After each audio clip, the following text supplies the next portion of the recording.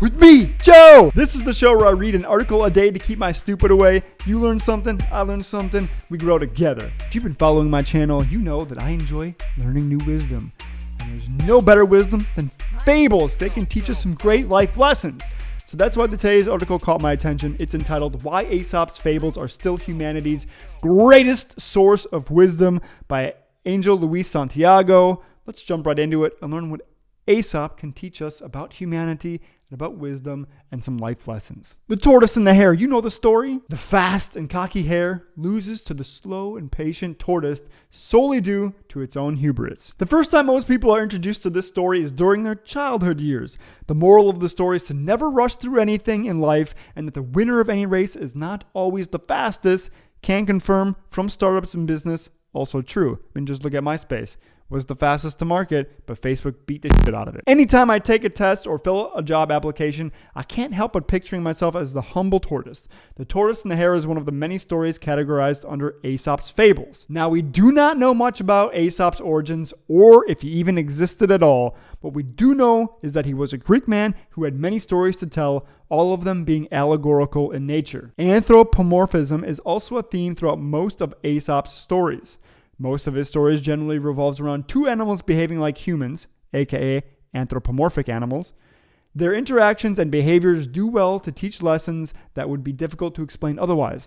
Many of Aesop's stories are still applicable to our lives today. For example, the lion and the ass. And though I have a lovely ass, we're talking about a donkey. One day, as the lion walked proudly down a forest aisle and the animals respectfully made way for him, an ass brayed a scornful remark as he passed. Hee-haw! The lion felt a flash of anger, but when he turned his head and saw who had spoken, he walked on quietly. He would not honor the fool with even so much as a stroke of his claws. Do not resent the remarks of a fool. Instead, ignore them. Taking that little story, we can actually, I think, apply this pretty heavily to social media, as the author is implying here. In the age of social media, it is easy to forget that many of the opinions people have are not based on any real authority, aka they're fools. Rather than wasting your energy and refuting others' opinions, spend your energy on what is important to you and you'll be much better off. I agree. I notice my happiness level goes way up whenever I am not on Instagram or social media in general. Another story from Aesop, the fox and the monkey. At a great meeting of the animals who had gathered to elect their new ruler, the monkey was asked to dance. This he did so well, with 1,000 funny capers and grimaces, that the animals were carried entirely off their feet with enthusiasm, and then and there elected him their king. The fox, however, did not vote for the monkey, and was much disgusted with the animals for electing so unworthy a ruler. One day, the fox found a trap with a bit of meat in it. Hurrying to Monkey King, he told him he had found a rich treasure, which he had not touched because it belonged rightfully to His Majesty, the monkey. The greedy monkey followed the fox to the trap. As soon as he saw the meat, he grasped eagerly for it, only to find himself held fast by the trap. The fox stood and laughed. "You pretend to be our king," he said, "and you cannot even take care of yourself." Shortly after that, another election among the animals was held. The true leader proves himself by his qualities. I mean, I'm not going to relate this to what happened in the United States, but we pretty much elected a joke monkey.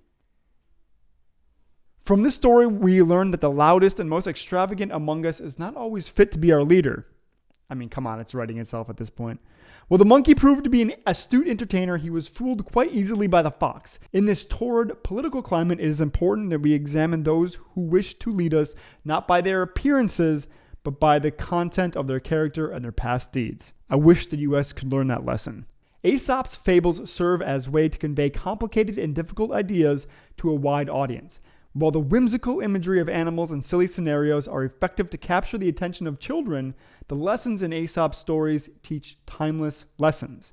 Instead of wasting a few free moments on your smartphone apps, spend a few moments reading Aesop's fables. Like the tortoise, your patience will surely be rewarded. Now, with that said, I don't like being told what to do, but I do enjoy reading fables anyways and reading these kind of life lesson stories, wisdom of the ages.